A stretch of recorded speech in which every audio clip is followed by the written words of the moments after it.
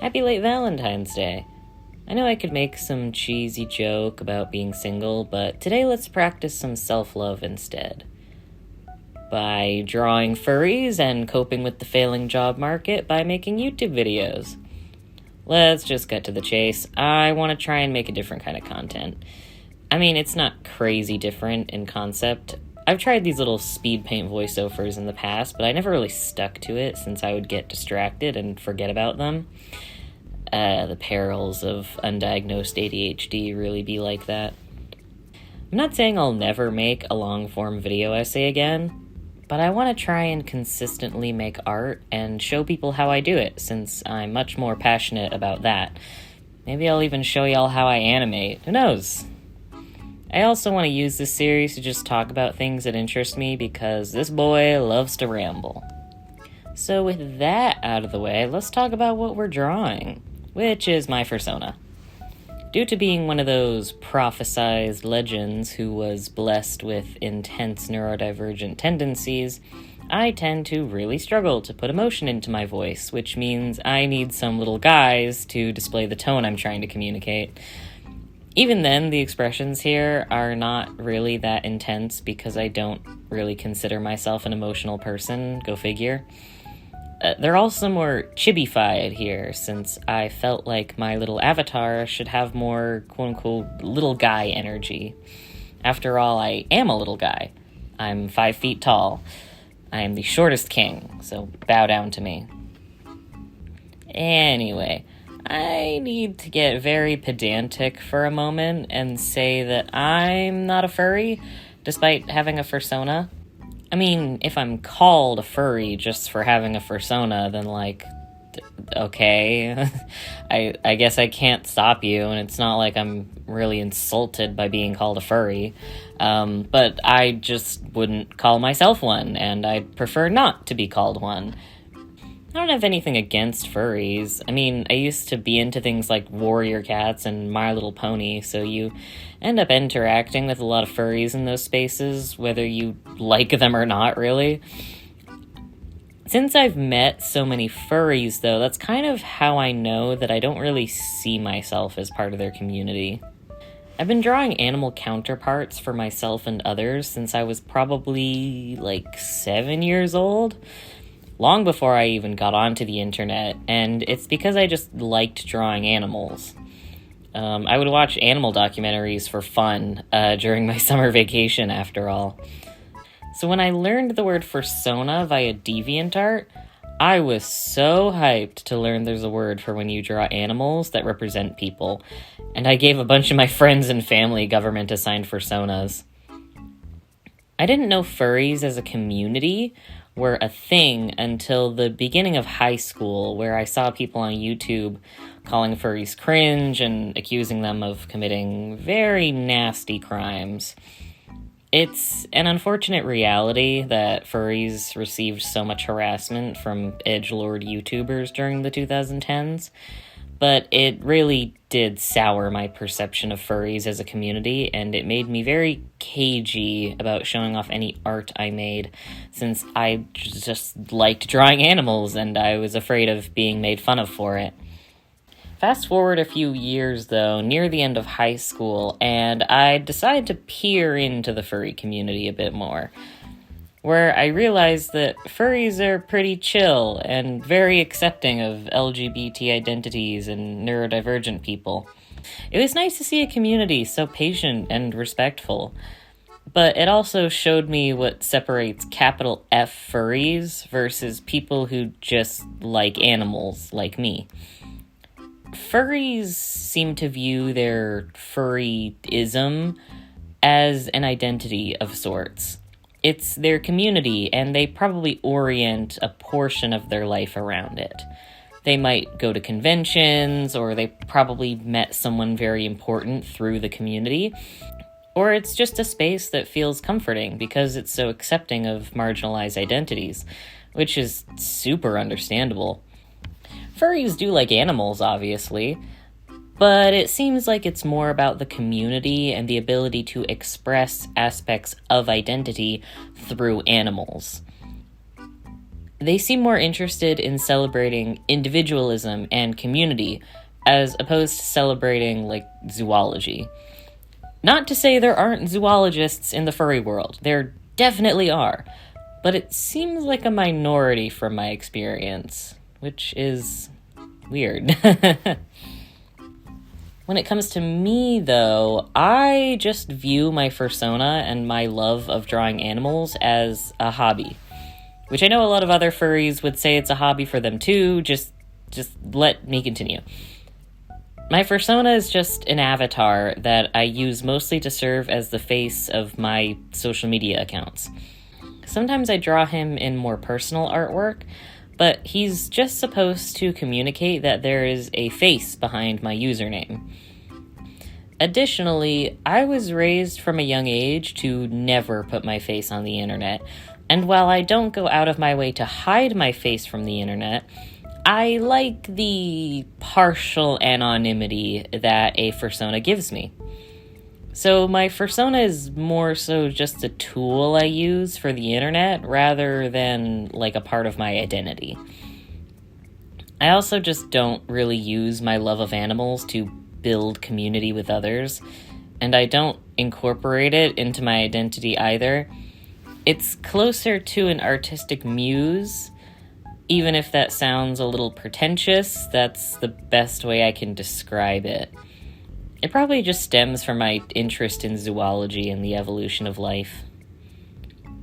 But honestly, when it comes to labels, someone could say all that stuff I just said and choose to call themselves a furry or whatever they want, because the logistics of whether a label fits or doesn't fit on someone ultimately comes down to the individual's choice. I'm not the arbiter of whether someone is or isn't a furry, and I don't want there to be one, since that'd be stupid as hell. I think I just don't ever see myself making a fandom as part of my identity. In my brain, furries are a fandom, so I don't want to identify with it, nor do I feel a desire to. I've just thought about this for a long time, and I wanted to get it out somewhere in case someone finds it helpful or reassuring or whatever. I don't know, cringe culture is dead, yada yada. So, back to something far more important than pedantic rambles about furry etymology, the drawing.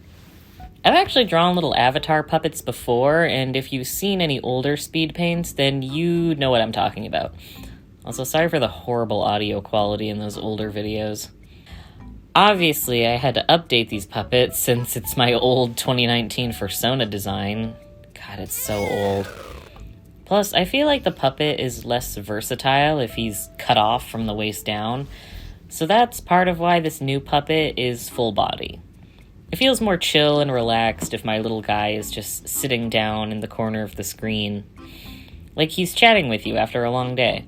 That's the vibe I'm trying to get across with him.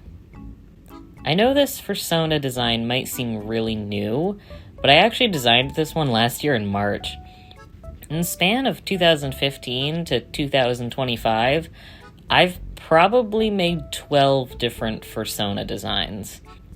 Granted, I was 14 in 2015, and I think it's far more likely to cycle through Fursonas if your brain is still developing.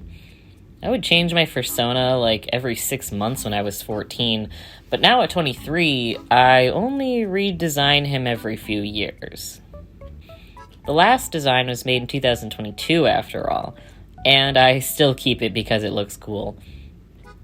So I technically have 3 Fursonas actually, which when I was a teenager, I thought it was cringe to have multiple Fursonas, and look at me now, my life is a comedy. The main one is Red, though. He is meant to represent all of me, through and through. The old Red design is just an alternative. Maybe I'll draw him every now and then, I don't know. Do y'all want to see my first Fursona, though? It was made with a free-to-use base on DeviantArt, if you remember those. And here she is. Oh god. Her name was Fern, and she was essentially just the same design as my real-life cat at the time, who was just a brown tabby cat. Her name was Princessa. Not Princess, but Princessa. I don't remember what was going on in my brain when I did that. Anyway, rest in peace, Queen. But yeah, I wasn't one of those kids who wanted their Fursona to have a million colors. I wanted it to be boring. I also just didn't think neon colors really suit me. I've always preferred earth tones. Like, every time I see a photo of a living room from the 70s, I go crazy. It's so warm looking, I love it. Also, the markings don't really look much different to my current Fursona. Aside from the stripes, which my current Fursona does not have, since stripes are annoying to keep consistent. But I've probably had stripes on every incarnation of my Fursona before this one. So I've almost come full circle in Fursona designs. Alright. Anyway, when it comes to making puppets for video assets, it's just about making them feel personalized. You don't really need to over-exaggerate the expressions though, since it could make the puppet more distracting than the video itself. I thought about animating the tail too, but maybe another time. But yeah, look at all those adorable little puppets. Also, if you're wondering what species my Fursona is, I don't even really know.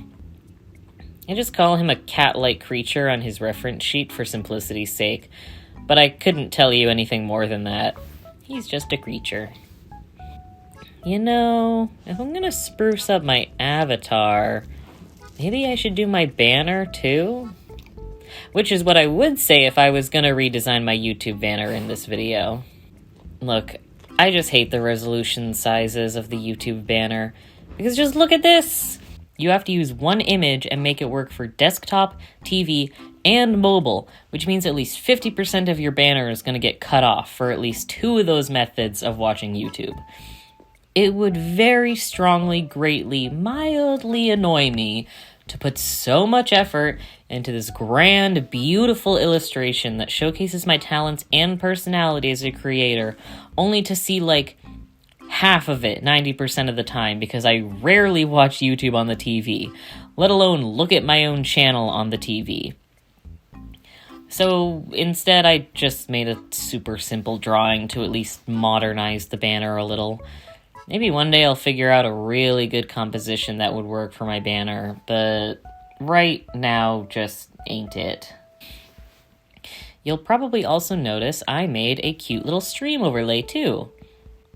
I'm not going to be streaming anytime soon, but I thought it'd just be a nice touch to the speed paint. And that's it for today. Hope you enjoyed watching this and listening to me ramble here. Something I want to do at the end of these videos is do a question of the day.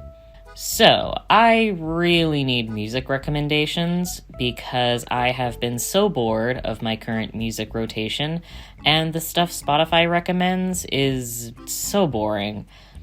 So, what is your favorite song / band / singer, and tell me how you found them. I'll go first and say my favorite band is the Crane Wives, and my favorite song is probably Never Love an Anchor or Scars. And I think I found them through, like, someone's animatic on YouTube. I don't know. But I love their music. It mostly gives me the vibe of either an angry lesbian or a very sad widow. Also, if you want to find me anywhere else, except for Twitter, my links will be in the description. Anyway, join me in 2 weeks for the next one, where I draw something else much more exciting than just a few little guys. Next time I'm drawing several little guys, so get ready for that. Subscribe or don't, I don't really care.